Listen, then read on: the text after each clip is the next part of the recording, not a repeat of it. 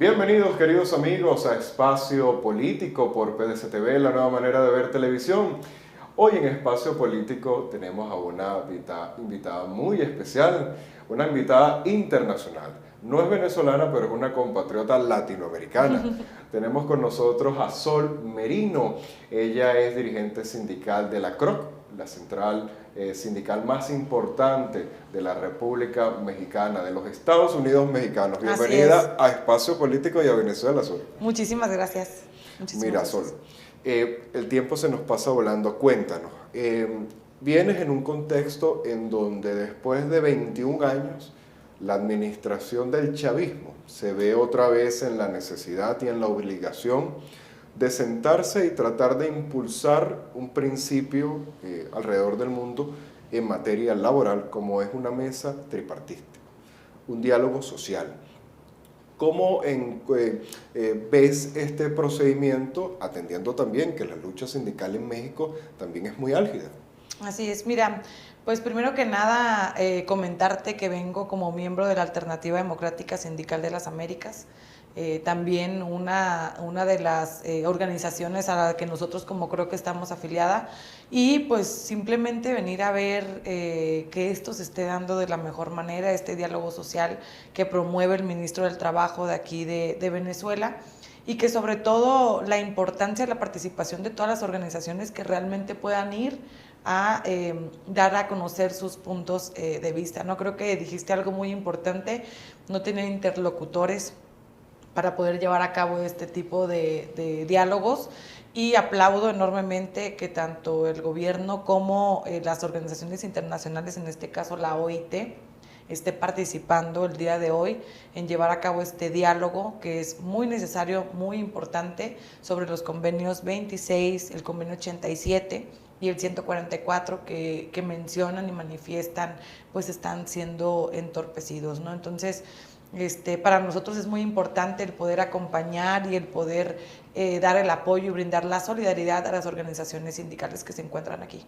Sol, tras cámaras conversábamos que más allá de cualquiera que sea la índole del gobierno en funciones, alrededor del mundo vimos que con la pandemia existieron, los regímenes autoritarios se convirtieron en más autoritarios, los regímenes democráticos pasaron a ser más estatistas, pero existió una constante y fue el detrimento de las condiciones de los trabajadores. ¿Cuál es ese balance que al menos en México hacen después de la pandemia y antes de la pandemia? Mira, yo creo que una de las constantes que se dio durante la pandemia, y lo vivimos muy fuertemente, fue la situación de la discriminación, que ya no solamente era una discriminación laboral al contratar a una persona por ser mujer o por ser hombre o por presentar otra orientación sexual, sino que ahora, durante la pandemia y después de la pandemia, una de las discriminaciones más importantes y más fuertes, es la que nosotros vimos, fue con las personas que tenían una cuestión de salud. A lo mejor una persona con diabetes, una persona que tuviera alguna condición que lo volviera vulnerable, ha sido una de las constantes para no contratar a una persona, así como la edad.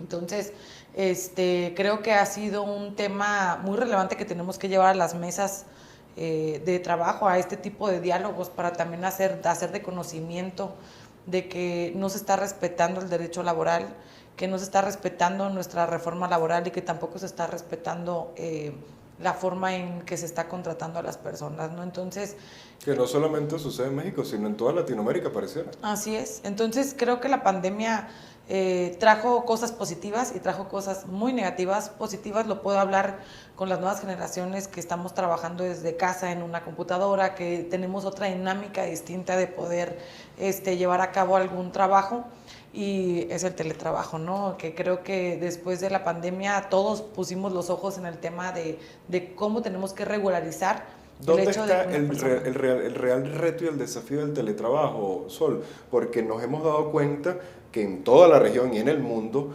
el trabajador trabaja mucho más en casa que en su propio estado de trabajo, en el sitio de trabajo. Así es, coincido contigo totalmente, más cuando somos padres de familia, que al final del día, por lo menos en México, después de estas condiciones o de lo que es la pandemia, pues muchos niños todavía ni siquiera regresan a clases presenciales, se encuentran todavía en casa, y pues mamá y papá continúan trabajando, ¿no? ¿Qué cosas hemos notado? Pues que sí, estoy trabajando desde mi casa, pero pues no todavía me están pagando el internet para yo poder utilizarla como una herramienta de trabajo, ¿no? Tenemos que regularizar esa parte dentro de la reforma laboral, así como también el hecho de que te den las herramientas necesarias para que tú realices tu trabajo desde casa. Una cosa es que uno cuente con esas herramientas y otra es que tu empleador te las provea para que puedas realizar el trabajo que te están ofreciendo. Y el caso de cuando tenemos hijos, pues evidentemente el trabajo sí se complica un poco más. Yo soy mamá, tengo 2 niños y a veces digo, no, prefiero irme a la oficina porque estando en casa yo pues mi atención y mi prioridad a veces son mis hijos, ¿no? Entonces, sí veo que es algo muy complejo y que es algo que sí se tiene que regularizar de la mejor manera para que ni el trabajador pierda, pero que también la empresa no pierda un trabajador, ¿no? Porque creo que ambas juntas pues podemos lograr muchas cosas. Sol, otro de los elementos que estábamos conversando y era cómo ha cambiado el mundo del trabajo. Y tocábamos el tema de la seguridad social. ¿Tú pudieses compartirnos estos nuevos ideales que tiene, al menos en el caso mexicano, lo que me comentabas que ya los jóvenes no piensan en una seguridad social, ni siquiera una casa? Explícanos un poco de eso. Sí, mira, las prestaciones sociales o las prestaciones en México han ido de muy importantes a no tener mayor importancia. Las generaciones actuales de jóvenes que quieren Cualquier laborar, parecido con la realidad es pura coincidencia. los jóvenes ahora ya no quieren tener un jefe, ¿no? Dicen, no, yo mejor voy a ser mi propio jefe, yo voy a hacer esto, ya sé cómo diseñar, mejor lo hago en mis tiempos, desde mi casa, cobro lo que yo voy a cobrar y no están percibiendo una prestación social, llámese de vivienda o de salud, ¿no? Entonces, aparte hablamos de un sistema de salud en México que está sobrepasado, o sea, un sistema que no cuenta con medicamentos y que día con día se está viendo la posibilidad de que muy probablemente ya no existan pensiones para las nuevas generaciones en el tiempo que nos toque a nosotros solicitar nuestra pensión. Entonces, creo que los jóvenes se están yendo ya por otro lado, están buscando ese recurso sin tener esas prestaciones sociales porque no lo ven importante, y creo que es uno también de los trabajos que nosotros tenemos que hacer en empezar a impulsar la importancia de las prestaciones sociales en las nuevas generaciones, porque parecería tal vez, no es importante, no es relevante, pero al final del día es importante y es relevante porque vamos a formar una familia, porque tenemos que tener una vivienda, porque tenemos que tener seguridad social, ¿no? Sol, para ti, ¿cuál es el mayor reto y desafío del movimiento sindical a nivel mundial, pero especialmente en Latinoamérica, una región que sigue siendo muy tercermundista, por decirlo así? Yo creo que uno de los retos más importantes pues es lo que está sucediendo hoy, ¿no? El diálogo social, el que nos pongamos de acuerdo las 3 partes, tanto el gobierno, los empleadores y los trabajadores, de qué es lo mejor para nuestros países, y más allá de qué es lo mejor de nuestros países, pues intentar que entre las 3 partes cuidemos la mejor economía, el bienestar, el bien ser, el bien, todo lo que tenga que ver con el bien de nuestros ciudadanos, ¿no? Y lo digo así, ¿por qué? Porque a lo mejor nosotros luchamos día con día con un salario mínimo, pero si tenemos problemas con los temas económicos de nuestro país, pues evidentemente la inflación no nos hará suficiente ese incremento salarial que podamos lograr. Las comisiones de salarios mínimos, que tenemos que tener participación todos, que sea importante que se escuchen las voces de todos los sectores y todas las ramas económicas que se encuentran en cada país, que podamos todos ahora sí que juntos llevar a nuestro país en un alto nivel. Y sobre todo, yo creo que uno de los retos más importantes para todas las organizaciones sindicales son todos los cambios que vienen. Para nosotros en México, todos los cambios que tenemos en materia laboral han sido impulsados por el tratado entre México, Estados Unidos y Canadá. Y precisamente te atajo ahí para que continúes con esto. Hemos visto aquí en Venezuela que el señor López Obrador llegó a la presidencia con un discurso antisistema, rechazando el bipartidismo en México y con una serie de prerrogativas. A partir de ese momento hasta acá, me comentabas que existen reformas como el servicio eléctrico, pero que al final como que no dan el terminar el viraje, y el que termina con el peso en sus hombros es el ciudadano de a pie, el trabajador. Así es. Al final del día creo que hay muchas políticas que no piensan en el trabajador ni en su familia.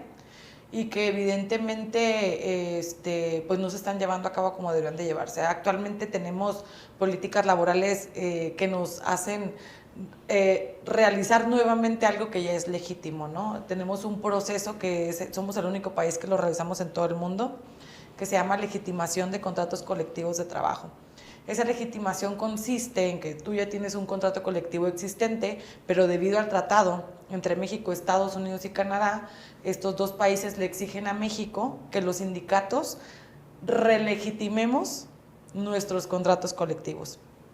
¿Cómo lo hacemos? A través de un voto libre, secreto y directo de los trabajadores, donde ellos a través de una boleta de votación, como si estuviéramos en unas elecciones, imagínatelo así, llegas, te registras, das tu nombre con tu credencial mexicana y identifican que estés en la lista, te dan tu boleta, pasas a una mampara para emitir tu voto, lo doblas, lo colocas en una urna y te vas. Y después este proceso es con presencia de alguna autoridad, puede ser un notario público, puede ser un inspector o verificador, que son nuevos personajes que tenemos dentro de nuestro gobierno, y ellos dan fe de que el proceso se haya llevado de una forma transparente y bien realizado. ¿Qué es lo que yo veo aquí? Si nos damos cuenta, la participación de los sindicalistas, no hay tanta participación de jóvenes. ¿Qué nos cambiaron con esta reforma? Todo es en plataforma digital. Todos los procesos que nosotros realicemos son en plataforma digital. Ya no realizamos ningún proceso ante lo que anteriormente eran las juntas de conciliación y arbitraje, ya desaparecieron. Entonces, son muchos cambios que se dieron en muy poco tiempo y que aparte tenemos hasta límites de tiempo, ¿no? Para poder legitimar tu contrato tenemos hasta el 1 de mayo del 2023. Entonces, estás hablando de más de 500,000 de contratos colectivos en todo el país, donde solamente hay hasta el momento 8,000 eventos de legitimación de contratos colectivos, ni el 10%. ¿Y cuál es el saldo positivo que tú como dirigente sindical, que también has hecho vida en el sector público y en el sector privado, del tan satanizado en los últimos años aquí en Venezuela, de ese Tratado de Libre Comercio entre México, Estados Unidos y Canadá? Mira, en cuestión sindical, yo te podría decir que lo positivo es que las organizaciones que no trabajan realmente y que solamente tienen contratos de protección van a desaparecer. Las organizaciones que sí trabajamos, que sí nos conocen los trabajadores, que estamos ahí con ellos en la lucha, que negociamos nuestros contratos colectivos, vamos a continuar. Esa es una realidad. El tratado en sí ayuda mucho en el tema del comercio, ¿no? En el tema de las aduanas, en muchas cuestiones, pero para que México pudiera tener ese apoyo para la economía de importación y exportación con estos dos países, tuvieron que ponerle estos candados en cuestión laboral, que era esto que te comentaba de la legitimación de contratos colectivos de trabajo. Que al final de cuentas es lo que se busca, una dirigencia constante, permanente y que activa. Así es. En esta misma línea, Sol, con respecto a este punto que tocaste de los jóvenes. Aquí en Venezuela, aunque sea un poco difícil de creer, el gobierno obrero de Nicolás Maduro ha dificultado muchísimo un simple hecho como la constitución de un sindicato. En México, ¿cómo es ese proceso de constitución? ¿Cómo han logrado ese reto generacional de entregarle el testigo a otras generaciones? Te lo pregunto porque en el caso venezolano, te lo comentaba tras cámara, la historia de las organizaciones sindicales fueron y se edificaron de la mano de los partidos políticos. ¿Cómo ustedes, el movimiento sindical mexicano, han tratado de desapegarse de esos vínculos que al parecer fueron innatos en toda la región? Mira, pues para empezar, el tema de una formación de un sindicato es muy sencilla, es simplemente tienen que juntarse por lo menos 21 trabajadores de una misma empresa, decidir formarse organización sindical, buscar la afiliación de los compañeros y compañeras de su empresa, que se hace a través de una constancia de representatividad. Y con eso ellos ya pueden hacer su registro dentro de la misma plataforma que te comentaba, ¿no? Que se llama Centro Laboral de Conciliación y Registro Laboral. Entonces, es muy sencillo. Anteriormente sí era muy politizado el que una persona obtuviera un registro laboral. Actualmente no. Actualmente cualquier grupo de personas pueden ir a emitir su interés por formar un sindicato dentro de cualquier rama económica en la que se encuentre la persona o el grupo de personas. ¿Qué cuestiones veo? Es muy interesante que la participación de los jóvenes en las organizaciones sindicales se dé. y sobre todo por la visión que tenemos que ir haciendo que se evolucione, ¿no?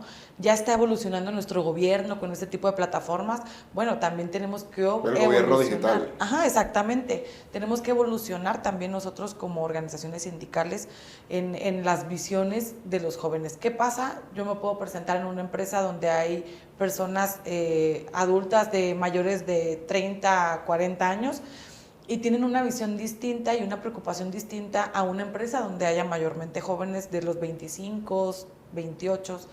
Esa es una de las cosas que tenemos que nosotros ver como organizaciones sindicales. Primero, informar, cambiar la percepción que se tiene sobre las organizaciones sindicales, porque, para ser honesta, es pésima en México. O sea, el decir sindicato te genera una percepción negativa. En toda Latinoamérica. ¿Sí? Aquí en Venezuela igualmente el sindicalista está estigmatizado como una persona que hace uso de su credencial sindical para beneficios personales. Así es. Y eso exactamente nos sucede allá, ¿no? Llegas a un lugar, sindicato, no, lo peor. Y ya cuando empiezan a ver que sí estás trabajando, que sí lo estás tomando en cuenta. Cuando se va a la raíz del propósito.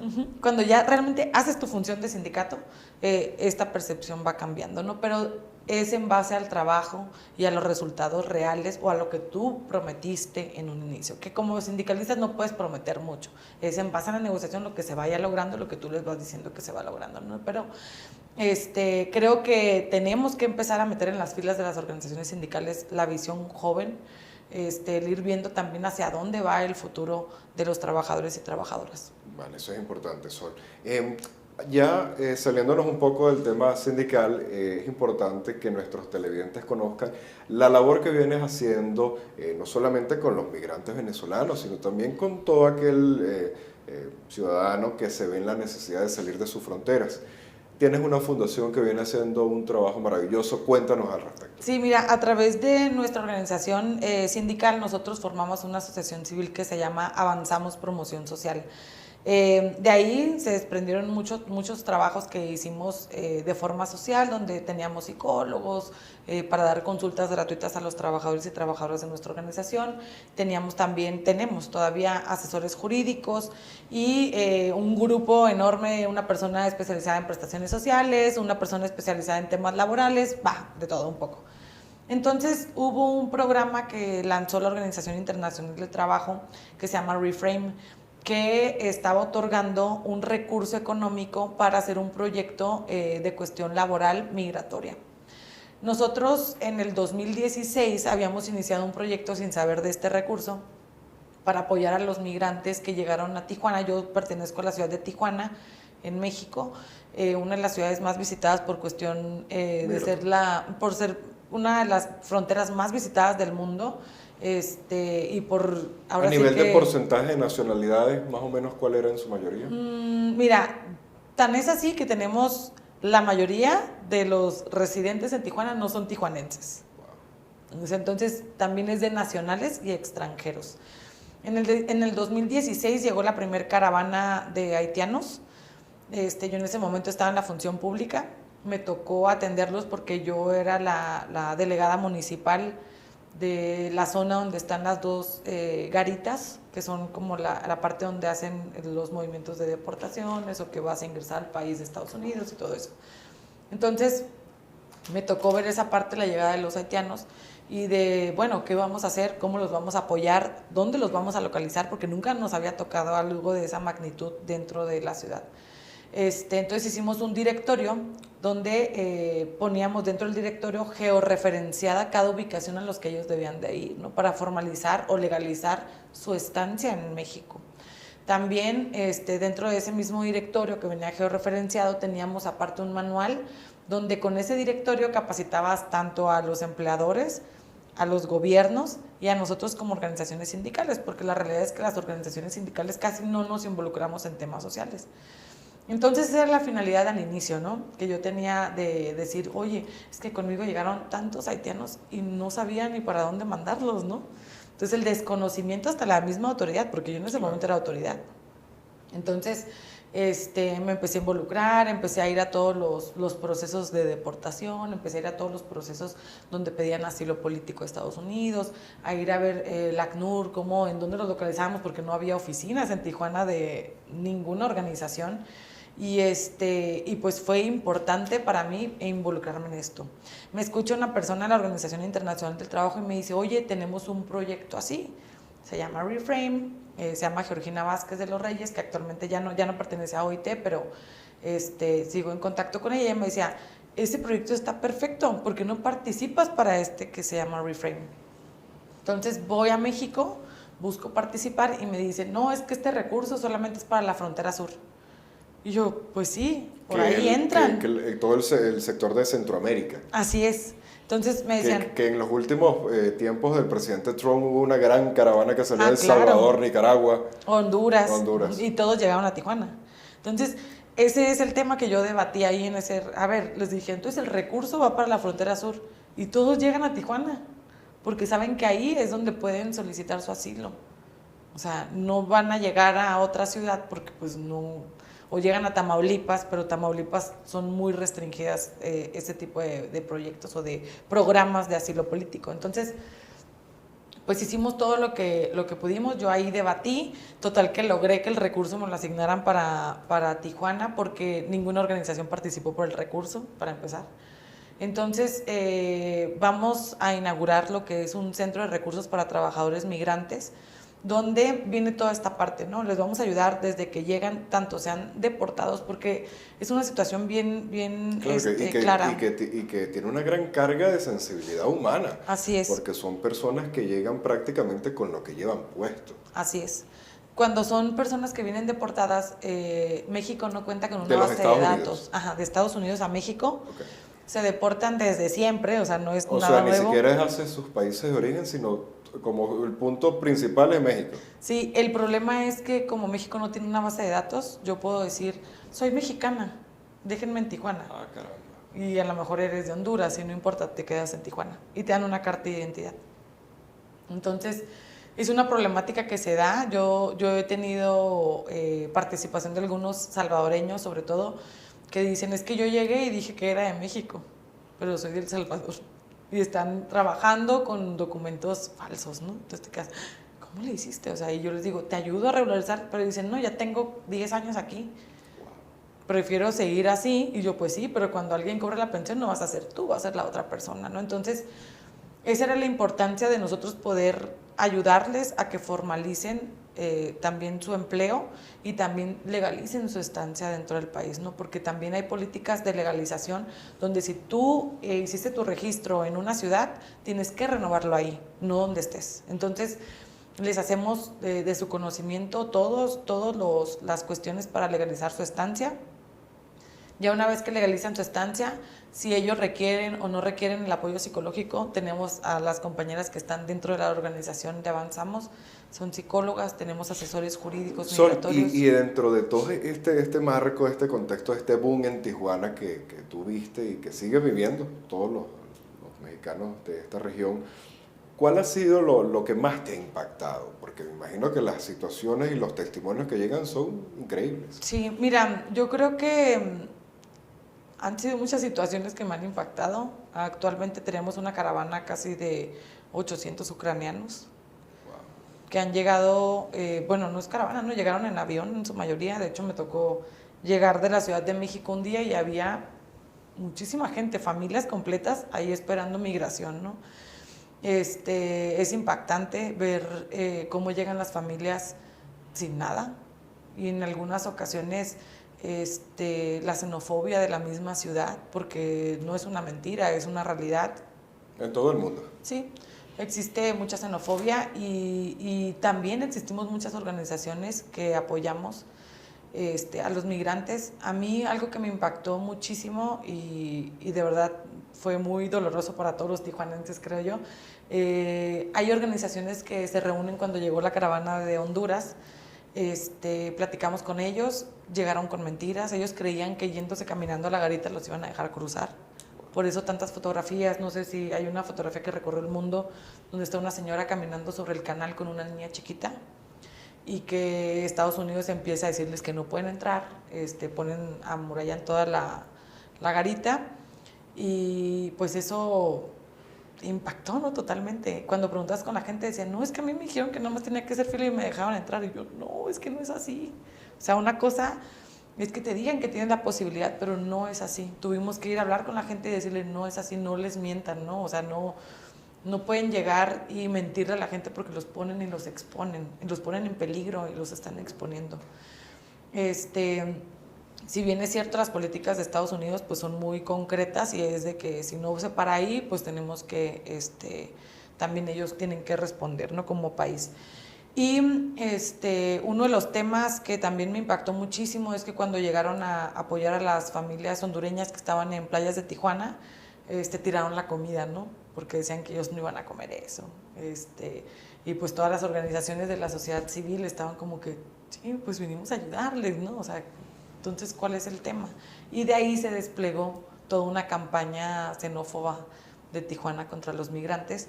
Ya se calmó desde hace mucho tiempo, pero sí he visto que las personas que están llegando a Tijuana es una ciudad que abraza, es una ciudad amable, y me ha tocado ver muchas personas de diferentes nacionalidades trabajando, pues ahora sí que queriendo salir adelante y buscando también esa posibilidad de estar en Estados Unidos, ¿no? ¿Has podido tratar con venezolanos en Tijuana? Sí, me tocó escuchar a un venezolano a través de una plataforma que se llama Uber, que es de transporte. Yo tomé... Que también ya están aquí próximamente. Ah, sí, muy bien. Tomé el transporte y llegó, era él, escuché su acento y le dije, tú no eres de aquí, ¿verdad? Pues ya siempre ando preguntando. Y me dice, no, soy de Venezuela. Y le dije, ¿y cómo te ha tratado Tijuana? No, pues muy bien, estoy muy contento, mis hijos ya entraron a la escuela aquí, Entonces, sí lo vi. También vi a otro compañero venezolano que estaba en una taquería, él cortando la carne para mis tacos, y yo le dije, ¿tú de dónde eres? Y ya, porque regularmente un taquero en México es, hola güerita, ¿cómo estás? Entonces claro, lo vi como muy serio, le dije, ¿usted de dónde es? Y ya me comentó, ¿y cómo estás? Muy respetuoso. Sí, sí, claro. Y pues me di cuenta, ¿no? En Cancún, por ejemplo, mis amigas de la misma CROC, ellas me comentaban que muchas de las personas que ellas atendían en Cancún eran personas venezolanas con un alto grado académico, por ejemplo, y que lo que ellas ayudaban era que revalidaran sus estudios a través de varios convenios que tenemos con universidades y poderles ayudar a conseguir un empleo en base a su nivel. Su preparación académica. Ajá, a su preparación académica. Sol, con todo lo que me dices y partiendo también de tu trayectoria sindical, no queda duda de que el principio del desafío es la defensa de los derechos humanos. Así es. La defensa no solamente de los derechos sociales, sino también políticos.